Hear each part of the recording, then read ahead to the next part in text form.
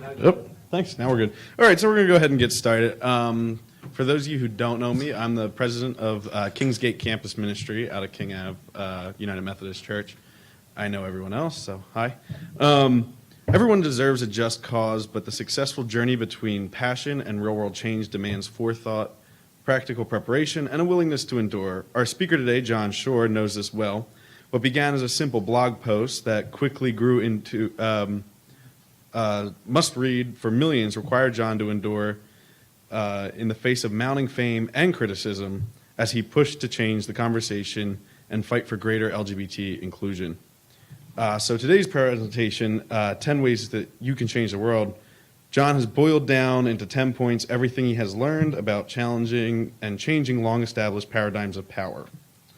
So if you'd like to do the same for your I lost my spot, but if you'd like to do the same for your organizations was what we were originally going to say, but it looks like if it's what we want to do for our organization, it's going to be a little more of an intimate talk today.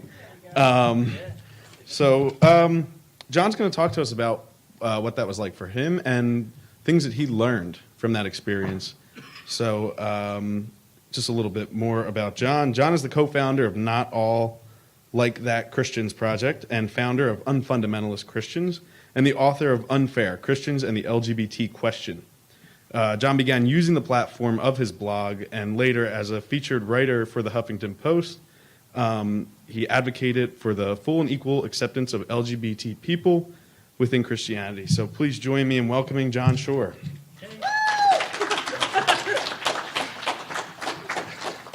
Thank you very much. I'm glad that different age people are here because this stuff, I have to say, is works for anybody. Well, I'll tell you what, let's do. This table here, you're mainly the college folks, so why don't you all go out now, change the world, come back in 10 minutes, tell us how it went. Tell us how to go. All right.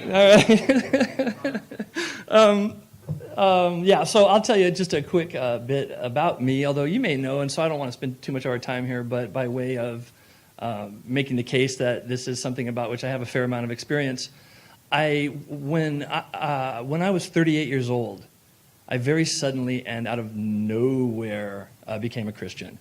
Tonight at the church, I'm going to talk more about that particular moment, but for our purposes here, one of the things that surprised me very much to learn about Christianity, and by way of showing how little I knew about Christianity, I was surprised to discover that part of the normative Christian ethos was the conviction that LGBT people were an abomination before God.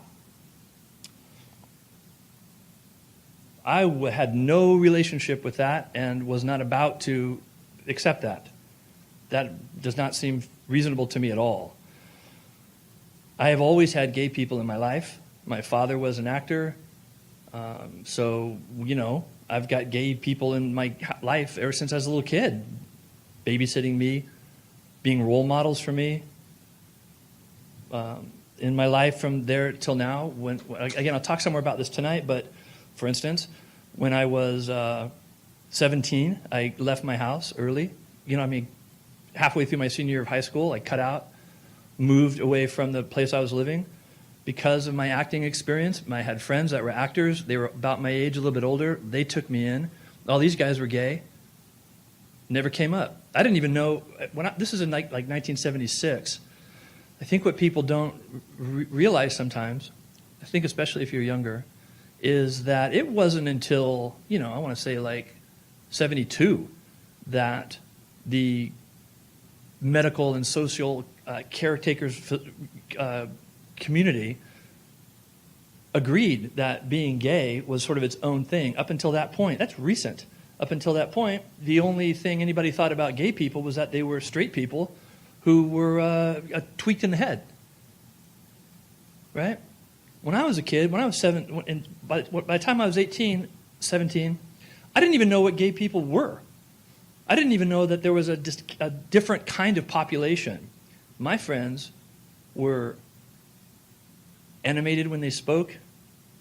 They were I'm animated when I speak. They like Broadway musicals. I like Broadway musicals. So I didn't understand it as a thing that was supposed to be like a different species of people. That was not part of my understanding.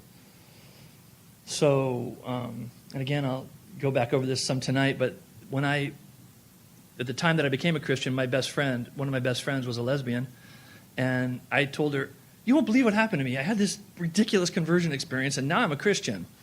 And her first response was she was just crestfallen and started to cry. And I was like, "What?" And she's like, "Oh, now you're going to hate me." So it seemed clear to me after a certain amount of time that this is not going to go away. I didn't see anybody at this time. This is like around, say, 2005, 6 maybe. And blogging was a big thing then. It was clear that millions and millions and millions of people who don't read books, who don't read magazines necessarily, are reading blogs. And I was like, this is the platform. Because this is one of the points I'll talk about. I knew that there had to be other people out there who believed what I believed. There's had to be other Christians out there.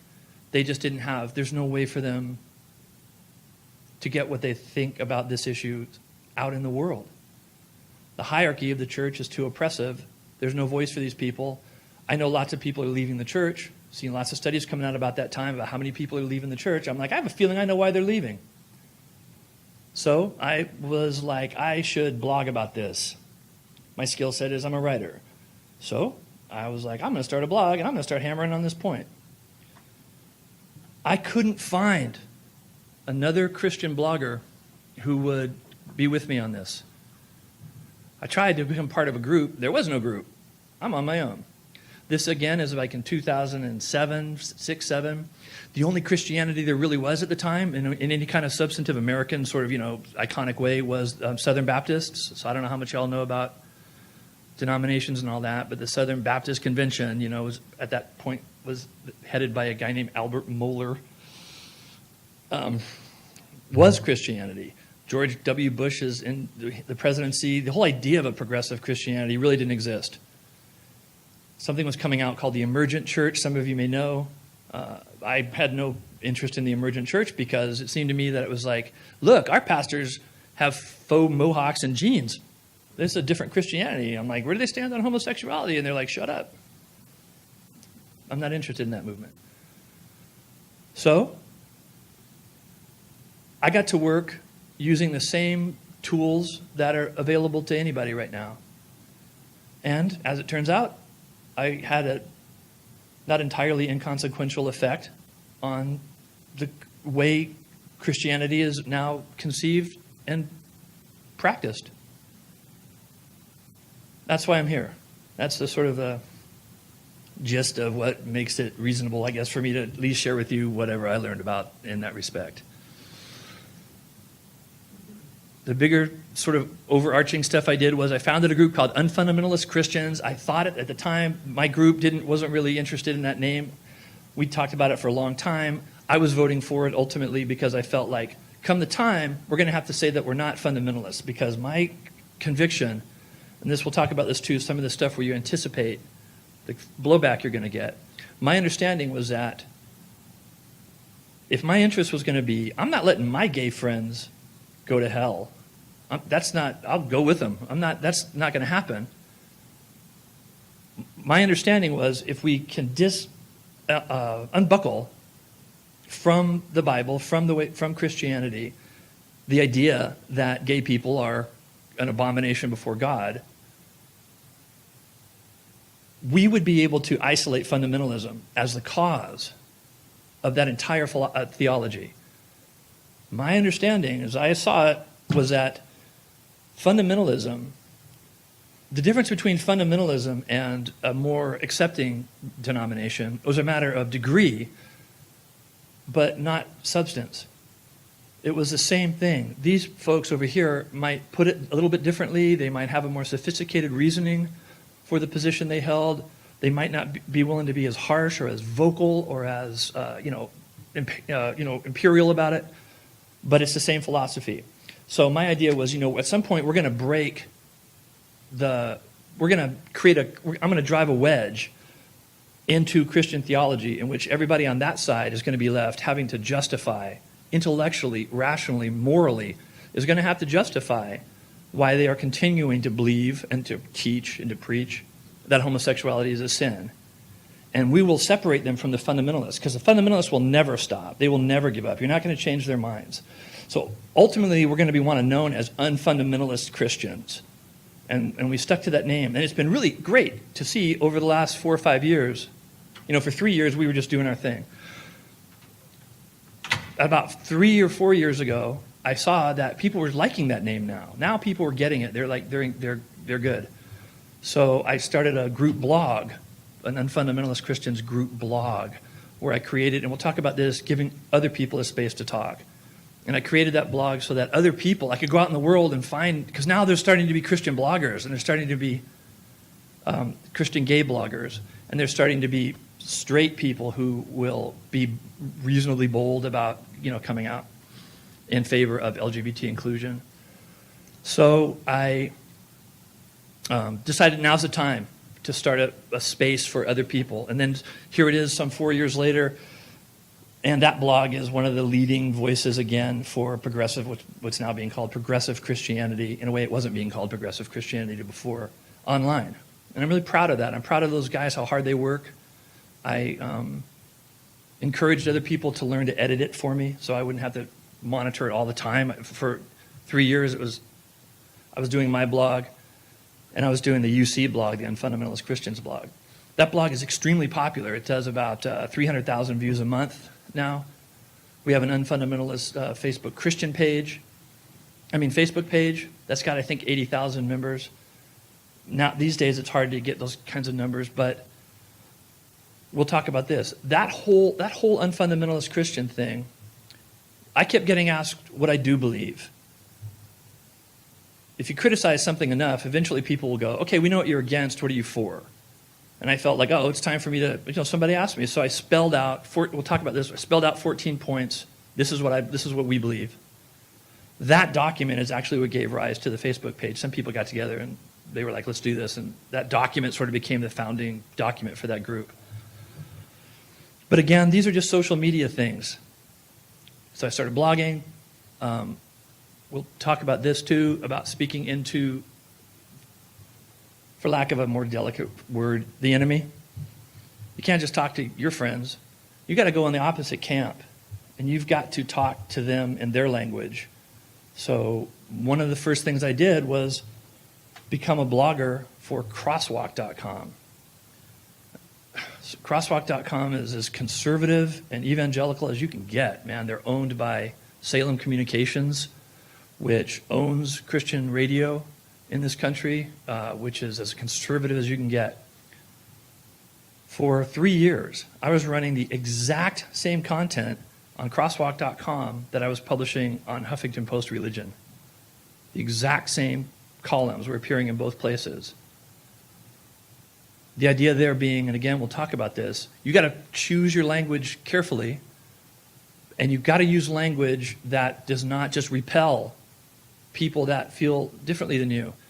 And there's not enough people here for me to really sweat this, but I do want to be clear about something. I'm not actually making the argument. I'm not actually about right now whether or not being homosexual, whether or not God condemns homosexuality or not.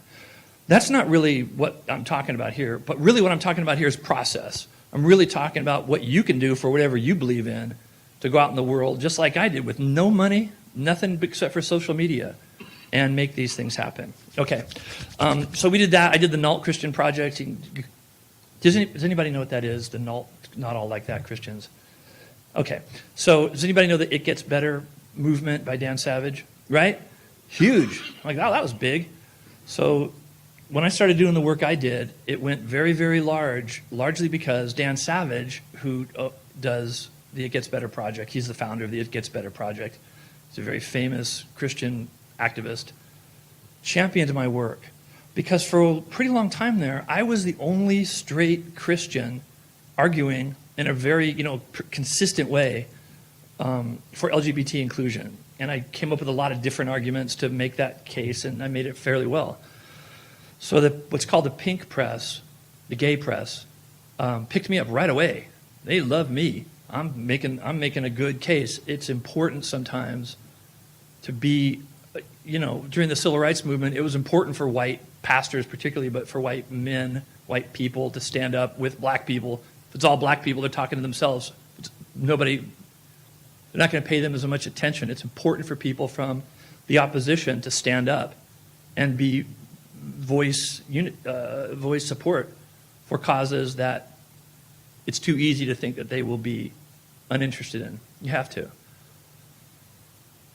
So when it came time for me to do what I was doing, lots of people in the gay world were like, finally, we got one. We got a live one, and next thing you know, I'm a columnist for LGBTQ Nation. I'm a straight guy. So that was very helpful. Okay, so let's get into just quickly. I did boil down what I learned and what I would advise somebody, 10 quick points to talk. Oh, I'm sorry, the Not Christians Project. Dan Savage, he did the It Gets Better. I said to Dan has this experience when he goes out speaking. Christians will come up to him after he's done speaking, and what they kept saying to him is, we're not all like that. And he was like, I don't care. What are you telling me for? Go tell your pastor. Go tell your Christian friends. It doesn't do me any good for you to tell me that just you're a Christian and you're not anti-LGBT. Me and Dan were talking, and I was like, I'll start a Not All Like That Christians project. Just like you created an online platform for gay people to come to say to younger gay people, basically, it gets better. I'll create a place where Christians, primarily straight Christians, will testify, will make videos saying that they do not believe that homosexuality is a sin. And I thought, this will be smart, this will work. And man, it really did. So about 130 people within about 2 weeks gave us videos. The Dean of the National Cathedral did one of these. A lot of churches did these. Some really strong Methodist pastors did these NALT videos. That became a way for the word to get out. The NALT Christians Project was written about nationally. For 2 days, I was always on the phone. Time Magazine did a thing about it. Miami Herald. There's a lot of press about this. Again, that's just YouTube and a website, and it really, really worked. I don't really have this anywhere in my 10 points, but it occurs to me I'd like to make this point. My goal was I was never doing the work that I was doing so that Christians would stop condemning LGBT people. That was really never my audience. My audience was always young, gay teenagers who were thinking about committing suicide. That was always my goal. I was just writing for them. I really didn't care what else happened out in the world with what I wrote. I'm just trying to find a place where if some kid is feeling the way we all know gay kids do feel, and if you're in this world, you really know it comes September, all the gay community dreads September because suicides start. Because kids go to school and they get picked on at school. By about October, those numbers start rolling in. So I was interested in that stopping. Right? That's what I was doing. I was always talking to those kids.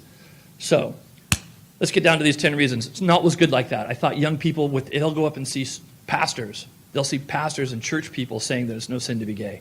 We're going to save some lives. And we did.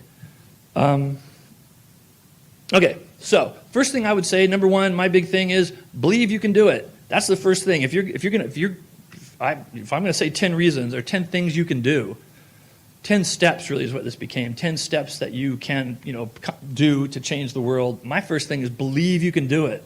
It seems easy. It seems easy to think that you can change the world. It feels like you should be able to feel like you could do it, but actually it's really not. It's really a difficult thing to believe about yourself.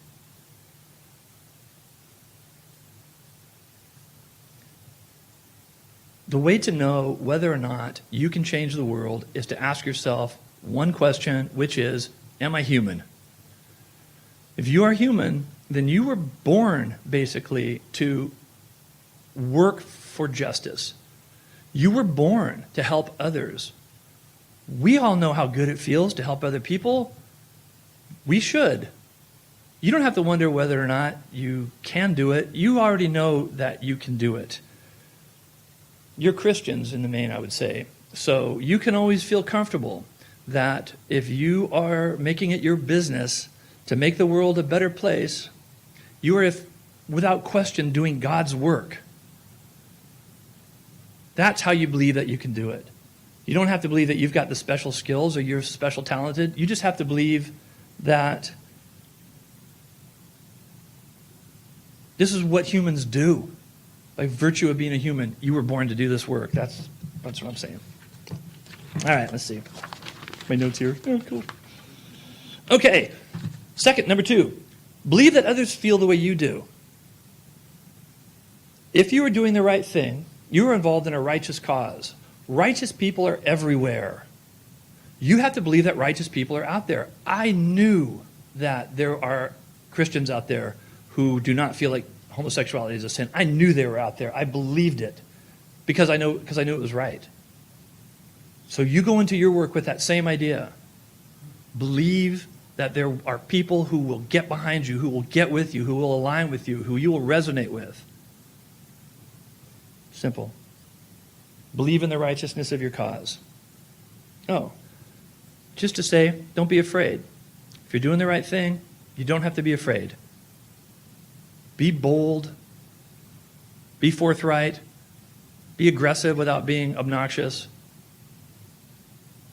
Do your thing and trust that energy will come to you. It's kind of an Oprah thing to say, but it will, and it'll come in specific ways through other people.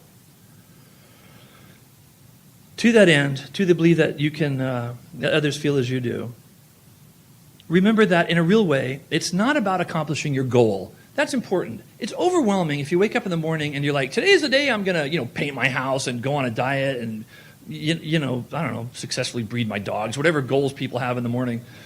It can be overwhelming, especially when you're in college. I mean, you wake up in the morning, you think of all the things you have to do, and you're like, I should watch TV and drink a beer because it's so overwhelming. Do remember this. It's really about the process. It's really not about finishing your goal. You just have to know that you're doing your part. Martin Luther King doesn't think he's going to eliminate racism. He's just going to do what he can until he drops dead. Mother Teresa knows she's not going to wipe out poverty in India, but she's going to work towards that end until she dies. Just pick, my number 3 is, or 4 I think, is pick a cause. But for now, just realize that just doing it is enough. Just getting involved is enough. Just working towards something good is enough. And take that onus of, I will be successful off your back. Okay? I got a note here, Gloria Steinem. Gloria Steinem doesn't think that she's going to eliminate the oppression of women, but she's going to try till she dies. This is a beautiful thing. These are our beautiful people. Okay. My number 3 thing is check yourself. Because now, it's like we believe we can do it. We have a good sense that other people out there will support us if we do. Before you launch, my suggestion to people is always check yourself. Think about who you are and what you're doing, because there's a lot of movement out there now where everybody kind of wants to be the hero of the day. Everybody wants to help other people.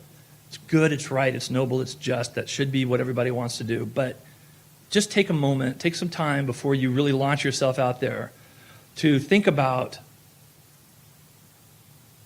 how important it is to remain centered for you. Think about keeping your thing together. Think about the humility of what you're doing. Always remain, this is humble-making work. This is not work that you do because you feel it's going to bring you a lot of positive attention. You think you're going to be a star. Everybody's going to love you. No, you'll never do anything that way. This is about almost psychopathic humility. You really got to remain humble if you're going to do this kind of work, because otherwise you'll just trip and you won't be successful.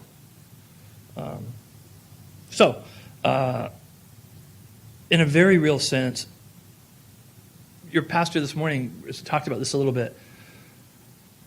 Healing yourself kind of is healing the world. There's something really important about that. It sounds kind of Oprah style and all that, but there's something fundamentally true about that. In Gandhi's time, he's out there being an extreme activist. There were a bunch of monks. There's a class of monks. There's a category of Hindu monks who absolutely withdraw from society. And this is a fairly elite group of monks. They have a lot of power in their own way. And they were getting criticized heavily for not coming out and speaking against the British imperialism that was happening in the country. And they asked Gandhi about it. Why don't you go get those monks? Make those monks speak up. And he was like, no, Everybody's got a role to play. Those guys are over there praying. Those guys are doing their thing. They're centering the world. Let's let them do what they do. And he was right. So think about yourself in that way. Not everybody has to be a galvanizing front leader. Think about primarily whether or not you're an introvert or an extrovert. If you're an extrovert, sure, go out in the world and put yourself on the front line. If you're an introvert, you may be the IT guy. I couldn't have done what I did if I didn't have a guy working for me. I mean, not for me, but with me. He just believed in the cause. Who does all the web stuff for me? I don't pay him. He just believes in what we're doing. He's an introverted guy, but he's dynamite. I wouldn't be able to do what I do without this guy. So find a right place for you and think about your thing, because you're going to have to do this for the long haul. We'll talk about that a little bit later. But so, number 3, check yourself. Number 4, time to go. Choose a cause. Choose a cause. Believe that you're here to work. Believe that people will get behind you. Make sure you're not tripping. Time to name a cause. Find a cause. My suggestion is let the cause find you. Just go through your daily life. Keep your mind open. Look around. You're going to see injustice. All this fight is always the same thing. Somebody is hurting somebody. Somebody's taking advantage of somebody. Somebody with a lot of power is using that power to keep somebody else down. That's injustice. If you've got some power, you've got to do something about it. If you don't have enough power yourself to do it, you've got to get some other people with you. But you're going to rescue that group or that person or that animal. You're going to be an animal rights person. Somebody is taking it right. Find that cause. My suggestion then too is think big, but hone. You might not be able to fight racism. I mean, you're not going to tackle racism. You're not going to make racism go away. It's what's as old as humankind. American racism is a million manifestations. That's hard to do. But you can make sure that, the black inner city school in your neighborhood gets funding, gets equal funding to the rich kids' school in your neighborhood. That's something you can do. Think big, hone down. Your pastor today was talking about illiteracy. You're not going to solve illiteracy. You can't make it your goal. I mean, you can, but it's going to be troublesome to make your goal the elimination of illiteracy. But you sure can do something in your neighborhood, in your school system, in your community to get to make people be less ashamed about not being able to read. Yeah? Think big, hone. That's the choose a cause thing. Yeah. The other example I have is you're not going to fight. You're not going to end the secondary status that women in this culture, horrifically enough, continue to have to live with. But you might be able to do something to make sure that the government in your town pays women equally. All government employees, all state employees, all employees of your county, the women have to be paid equal to the men. That's something you can do. So what do we have? Yeah. So as far as choosing a cause, also when you choose your cause, pick one that you're ready to dig into. This is not a short-term process. Get something that you are willing to do for the long haul. You want to think of yourself as a hammer, not a car crusher. No, you're going to do it every day. You will be consistent, and you will be steady. I guess it's the same thing, but consistent in your tone, consistent in your application, and steady. Pretty much anything you do, if you do it for a long enough time, you will win. So when you're thinking about this steadiness and this constancy of purpose, you want to be ready to step outside of your comfort zone, because you're going to have to. Because you're going to have to fight authority. So sooner or later, you're going to bump up against the forces that you're actually fighting against. And so you got to be ready for that. Okay. Which brings us to the, one more thing I want to say about that. When you are looking at a goal and you're in the fight, you're a little bit into that fight, then this is particularly good to tell a Christian group, trust that God is with you. Always trust that God is with you. If you are fighting to liberate somebody who's being oppressed, God is with you. We all know how Jesus felt about powers that be crushing or keeping down people that are not in a position to fight. That is your goal. So that can make for a lot of, you don't trip anymore. You're just doing it because it's the right thing to do. It's a beautiful thing. This is the big one now, work out a strategy. And I'm going to start moving through these faster because I feel like I'm taking up too much time. Number 5, work out a strategy. You're there. You've got your cause, you've got your ideas, you're centered in yourself, you know you've got friends out there, you're ready to work. Now it's time to strategize. Do not just jump into that fray. Am I yelling? Is this coming out too loud? Do not just jump into that fray. Think about what you're doing. So here's I've got 10 things, strategy things. I'll go through them pretty quick. 1, mission statement. Write one. If y'all business majors or whatever, or people, mission statements are the real deal. If you can't hone down what you're trying to do in a sentence, keep working on it until you can. You have a very, when I was doing the Not All Like That Christians project, I was very careful to write this. The purpose of the Not Christians project is to give any and all LGBT-affirming Christians a means of sharing their belief that there is nothing anti-biblical or sinful about being gay, lesbian, bisexual, or transgender.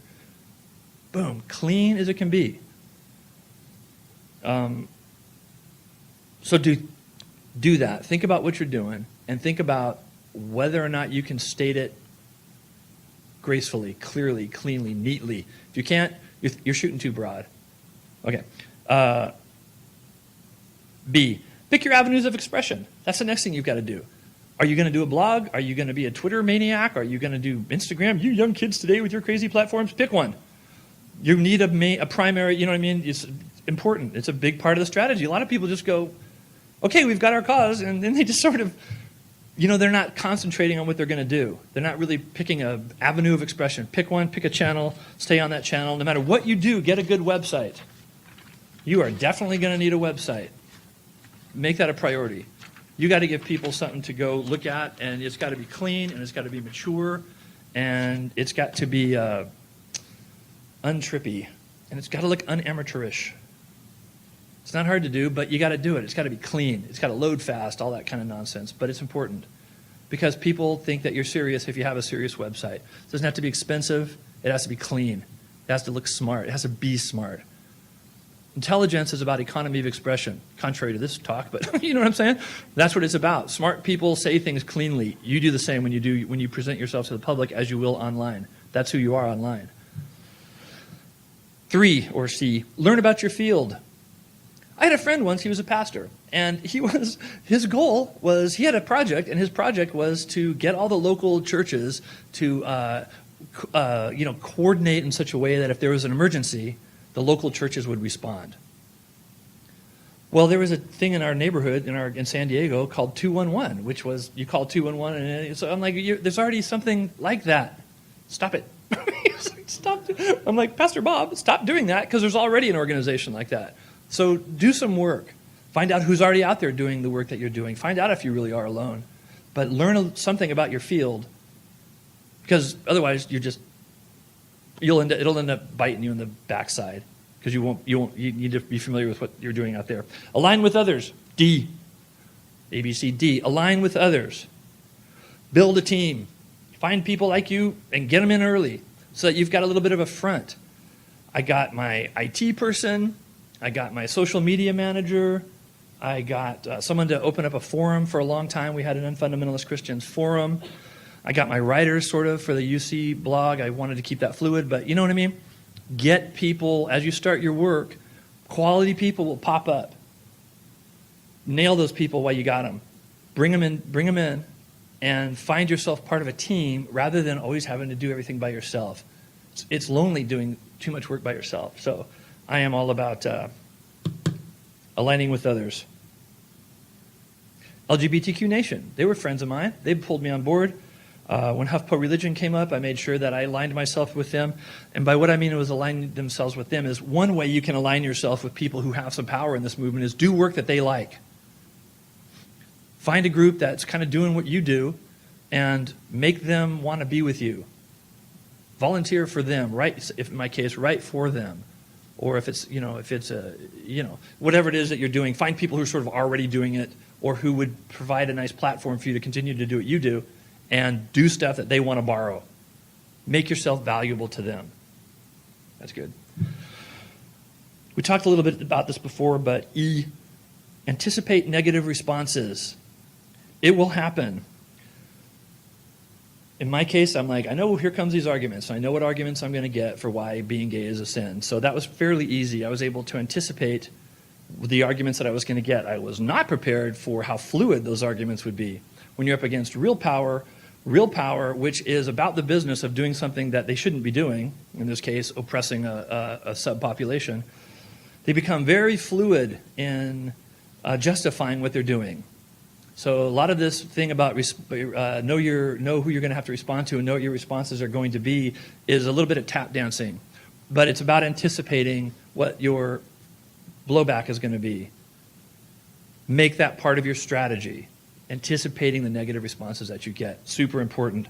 And the thing to keep in mind when you are strategizing how you're going to respond to the arguments that you know you're going to get is keep your rebuttals, keep your arguments emotionless, relatively without emotion, and super logical. People can't argue with, people are willing to do a lot of things, but what very few people are willing to do is be sort of publicly illogical. People won't do that. That's what separates people from animals, is logic. Very few people are willing to, in other words, you've never seen a racist that will say they're a racist. They will never go, they always have a justification for what they're doing. I've never seen a KKK guy or a racist guy say, I'm a racist. They always just go, well, I believe in the purity, tradition. I don't know what they're talking about, but they'll never say it. People will not be illogical, and they will not be publicly cruel. So that's a thing you use to your advantage. Don't be emotional in your fight is really what I'm saying. Don't be primarily emotional, because then you make yourself vulnerable to you're irrational. Never be irrational. Okay. Yeah, okay. Yeah. So just for instance, real quick. Again, this is just in my world. The argument came up that it used to be that there was no such thing as homosexuality. There were just straight people who needed help. That got destroyed. The next argument, this is part of that anticipating people's blowback. The next argument was, well, homosexuality is just a sin, just like we're all designed to sin. So if your predilection is to be gay, you need to resist that sin. I came out with the argument broad across the board, which was, so let's be really clear about what you're saying. What you're saying is, if you are gay, you need to be celibate. That's what you're saying. If you tell a gay person not to act on their gayness, what you're saying is don't live into your homosexuality. What you're saying is you live your life without a mate. You live your life without romantic love. You live your life devoid of love, the same kind of enduring, passionate romance that straight people take as their birthright. That's one of the best things about being human. You don't get to do that. You don't cuddle up at night. You don't hold hands. You don't go, okay? That's not, you're celibate. So what you're saying then, my argument is gay people must live their lives without love. Let's just be real clear that that's what you're saying. When we know that what Jesus Christ said was, love your neighbor. Do unto others as that's not a supportable position. Suddenly the position that gay people need to not act out their gayness becomes logically unsupportable. That really, driving home that is really what left us to isolate the fundamentalists. That argument was not arguable. Matthew Vines picked up that exact point, turned it into a New York Times, turned it into a book in his very viral video, and that was predicated upon that argument. You're telling people to live without love. Done. Didn't work. Okay, F. This is kind of goes without saying in a way, but stay on message. Stay on message. Don't let your message get diluted. Don't let it get watered down into something else. I right away got rid of the appellation right-wing Christian or even conservative Christian, and I narrowed the term down to anti-gay Christian. I wanted to stay on message. Lots of people wanted to make videos about lots of things. I didn't want to. I wanted to stay just on that one single point because I knew if we drove home that point. For a long time, I got a lot of flack from transgender people, rightfully so. They're like, you're always arguing about gay homosexuality. What about us transgender people? And I was always like, let us just wait. Let us wait. Let us wait. As soon as we get this gay thing done, it'll be transgender time. Sure enough, we all know that's happened. Beautiful thing. Stay on message. Hurt, but I kept that discipline because I knew the nut I was trying to crack. Never let your message go diluted. Cool. G, speak where the enemy is listening. We've already talked about that, so I'm not going to do it again. Go into places where the enemy is. Martin Luther King Jr., he goes to Birmingham, Alabama. I don't know if you know what I'm talking about here, but he does his thing in the South because he knows that's where the enemy is. Gandhi goes to Britain. He goes and meets with the people he's putting out of business because back in India, he's telling all his friends, let's start making our own textiles. The spinning wheel revolution. Probably, I don't know if you know what I'm talking about, but Gandhi, that's what he did. He made, one of the things he did to bust India away from Britain was made his people, got all the Indians making their own cotton. We're now putting out of work the British textile industries, these working class people. He goes to Manchester. He goes to England. He goes and hangs out with these people. They loved him. He's putting them out of business, but his cause is so righteous that they're like, yeah, we'll just eat potatoes for 2 years, you know. They loved him, okay? Go to where the enemy is. Don't just talk to your friends. H, I don't know if I can say this here, but what I have on my notes is half-ass nothing. Do everything you do well. Do it carefully. Do it neatly. Make everything you do something you be proud of because you never know on what day somebody's going to come see your stuff or listen to your talk or watch your video or whatever. So make everything as good as you can because you just never know who that day is going to come your way. 10, I, H-I, half-assed nothing. I, which is the 10th one, is never make it about you. We've talked about this. That's all I'm going to say. But fame is your enemy. Do not ever make this about you. Always try to keep yourself in the background to the extent that you can. In my case, I had to be fairly upfront.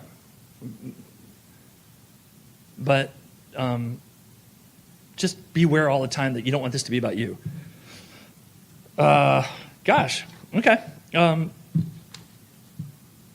This must be, okay. Okay. The last thing to do strategy-wise, and this is important, it's particularly important if you're talking to your folks, or really even in your own heart, you're talking to yourself, keep it moral. Always keep the morality in front of what you're doing. Do not let people behave immorally, and do not let them excuse their immorality. And by immoral, I mean you're hurting somebody. That's the only moral structure I care about. Somebody's getting hurt. Keep that up front all the time. Never let the victims be forgot. And that's a fast way to win, because nobody wants to be the person who's hurting other people. We are still a socially based group like that. Nobody wants to be that guy. Keep the morality of your cause front and center all the time. All right. That's the strategy things. Those are the 10 strategy points. Number 6 for the 10 things for what you should do to make this happen is show and don't tell. Arguments that are based on anecdotes. Let people talk for themselves. When I did my book Unfair, my feeling at that time was that if I could prove beyond a doubt that you could be both gay and Christian, I would destroy the argument, really, that Christianity and homosexuality are incompatible. But I'm a straight Christian. I can't make that point. So part of what you have to do is let other people talk. I put out a note on my blog and said, if you're a gay Christian, write me and tell me your story. I got these stories together and I collected them in a book called Unfair. And that was smart. Don't tell people, show people. I had a pastor write me once, and he was like, well, I'm a Southern Baptist, and my son came out as gay. So I don't know what to do, and he wrote this really impassioned letter. I published that letter on my blog. Next thing you know, this guy's going to the White House. He became a huge celebrity, essentially, for his insistence that the Southern Baptist Convention, the Southern Baptist Church, needs to have a conversation about this. Let somebody else tell their story. We're showing what happens. We're showing the damage done to this guy. This guy's like, he's my son. What am I supposed to do? Beautiful, right? In your tradition, Frank Schaeffer, the pastor who married his gay son. That story has visceral impact because that's a father being told he can't do the ceremony for his son. Can't do the marriage ceremony for his son. That's Frank's story. That's better than me. That's as strong as me trying to make an argument. See what I mean? Show, don't tell. Anecdotes create narratives that really grip people. Yeah, all right. One of the first pieces I published was What would Jesus do if invited to a gay wedding? That was one of the first pieces that I put both on Crosswalk and Huffington Post, and in fact, earlier on, had been one of the first pieces I wrote. I'm just trying to show my pain. My argument was not, hey, everybody, let's be hardcore. But I'm going to, drive home this wedge, and you're going to obey my, you're going to obey. I'm going to use hard language, and I'm going to essentially force that issue. My thing was always, my core position was always, I don't know, I can't tell. I'm a Christian. I want to do the right Christian thing. My friends invited me to their gay wedding. I wonder what I should do. So I went to the Bible, and I wanted to see what did Jesus say about homosexuality. And gosh, he didn't seem to have said anything. But I do know what he said about ignoring compassion, superseding compassion by virtue of application to the law. I do know what he said about putting dogma ahead of compassion. And I put 3 quotes there. 3 quotes of Jesus saying, do not ever eliminate compassion because you're obeying a law. And I ended it with I don't know, what should I do? I told a friend about, and that piece went crazy viral. I'm not making an argument myself. I'm showing what, in my life, I'm showing what happened. I told one of the other pieces I did right away was I told the story of my lesbian friend who started crying when I told her I'd become a Christian. I'm just showing that. I'm not telling that. That's narrative. It's important.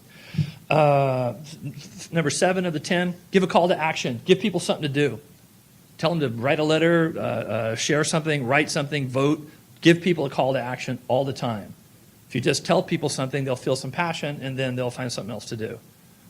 Calls to action are critical for building actual momentum out in the real world. Number 8, be creative.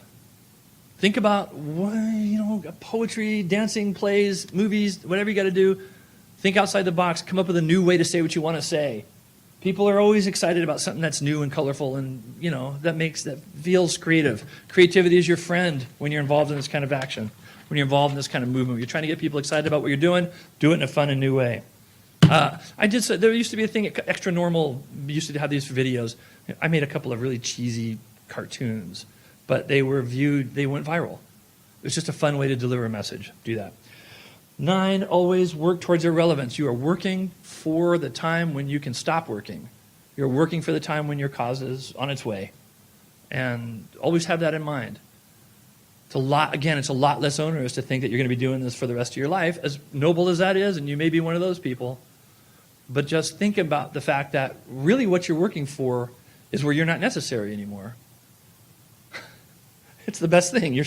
Right? Does that make sense? Work till you're irrelevant. All right, cool. The examples I have for working towards irrelevance, I just thought of Ralph Nader and his seatbelt thing. Do you guys even know what I'm talking about? Back in the 60s, there was everybody's dying in car accidents. And this one maniac named Ralph Nader, who's smart as a whip and is a lawyer, and he's got I'll do this, I'll handle this, I'll make sure that cars are built safer. And he worked and worked and worked and became extremely famous at the time for making auto manufacturers make cars safer, even though it costs them money, which they didn't want to do. No seatbelts. Cars didn't used to have seatbelts. And then they had these little seatbelts, and now we've got these seatbelts. That's Ralph Nader. Ralph Nader's saving lives. When his work is done, he's done. He went on to do other things, but that cause was finished. Beautiful, beautiful, beautiful. Sooner or later, the British left India. Gandhi's done. He's irrelevant. Woohoo! Finally, number 10 is be happy. Be joyful. Be happy in your work. Don't be grim. Don't let the weight of what you're doing undermine the joy that you better be feeling while you're doing it, because if you feel that joy, then you know that you are working with God. And if you're not a Christian, you know that you're aligning yourself with the great powers of the universe. And you will not repel people. You can't be bitter in what you're doing. You don't want to feel bitter. You can't be bitter. Maintain your joy. That's important. Have fun. Have fun. As serious as the cause is, it's fun to do the right thing. Be joyous. Have fun. Always keep that with you when you're doing it. Well, I think those are my 10 big reasons. Did all those make sense? Does that make sense? Those are my 10 steps towards actually going from where you are right now in your life to you die and you made a difference. Because especially when you're young, it's hard to think what you're going to want at the end of your life. But I can tell you, man, what you're going to want is knowing that you were good, that some people's lives were made better because you were alive. That's your goal always, always, always. It's not how much money did you make. It's how helpful were you to others. I cannot stress enough how important that's going to be at the other end of your life. Start now. Well, if those things made sense, I mean, is there any questions? Are there any questions? Anybody? Nothing? We're all clear? Everything makes sense? Yo.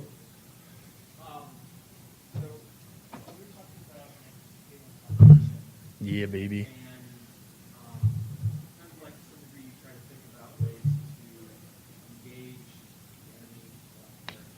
Yeah. Way that they might respond to better is really strategy. Right. Yeah, you got to engage like that. In their terms. Right. So, do you have times then also where you kind of find yourself in the middle, where people who you sort of want to see as like, we're on the same side, we're Yeah. against this thing, but the way that you are engaging opposition, trying to Yeah. You alienate. Yeah. How you navigate those. Yeah. Yeah. That's a tricky thing. My first thing is always, as long as you remain rooted in the truth, as long as you know in your heart that you are doing the true thing, then I let things spin around me. I was in a weird position because I was always getting banged hard from the right. Obviously, the right's just, I'm their guy. I'm getting banged from the left. From gay people who were like, how are you still a Christian? Or for a long time, there was a huge movement in the genderqueer community to come after me because who am I as a straight white male to be arguing on behalf of, I'm automatically the power elite type of person. So I was always getting banged left and right. And the one thing you always know is you're never going to please everybody. And the other thing you always want to know is you're never going to be able to explain yourself to everybody. The other thing you know is this day will pass.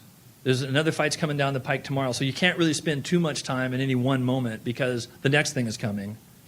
And as long as you can go to sleep knowing in your heart that you did the right thing, and if you didn't do the right thing, undo it to the extent that you can. Go apologize. Make a public statement saying, well, I guess I got that wrong, I guess, if it ever comes up. As long as you're true to yourself, it sounds, again, like such a cliche, but as long as you know that you did what you did and you were rooted in the truth the whole time, you're done. Yeah. Yeah, you can never work outward. You can never look outward and go, I'm going to try to balance that person, I'm going to try to balance this, I'm going to treat that. No. You work internally, and you do what's right, and you trust that that's what you're supposed to do and that things will roll your way eventually, if not immediately. And they always do, because we are doing God's work. The great thing about Christians is they can avail themselves of something real, which we actually call the Holy Spirit. That is an actual force. And if you stay in that flow, the world can't touch you. This is an advantage to being Christian. We know today there's a lot of disadvantages to being Christian. A lot of people out there think we're idiots. But if you are a Christian, you have a name for that force. You have a story behind that force. You know what the Holy Spirit is. Man, that's a power you get to ride. That is a gift to us. That is an eternal truth. We can just get on that wave, and as long as we're in that zone, as long as we stay in that zone, and it's not like you don't know when you've stepped out of the power of the Holy Spirit, to put the old school wording on it. God bless the old school, because it's got a lot of language for this. You always know when you stepped outside of the Holy Spirit. You know you did. Get back in. That's where the fun part is. Any other questions? Going once, going twice. So we're done, right? Are we good? Does that make sense? Does that talk make sense? All right. Okay, cool. So thank you.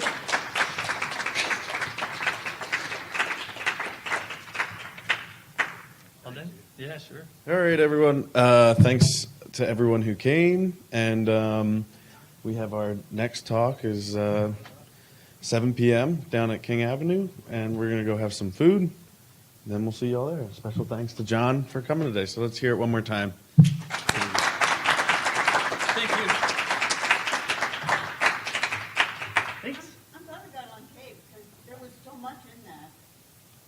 Yeah.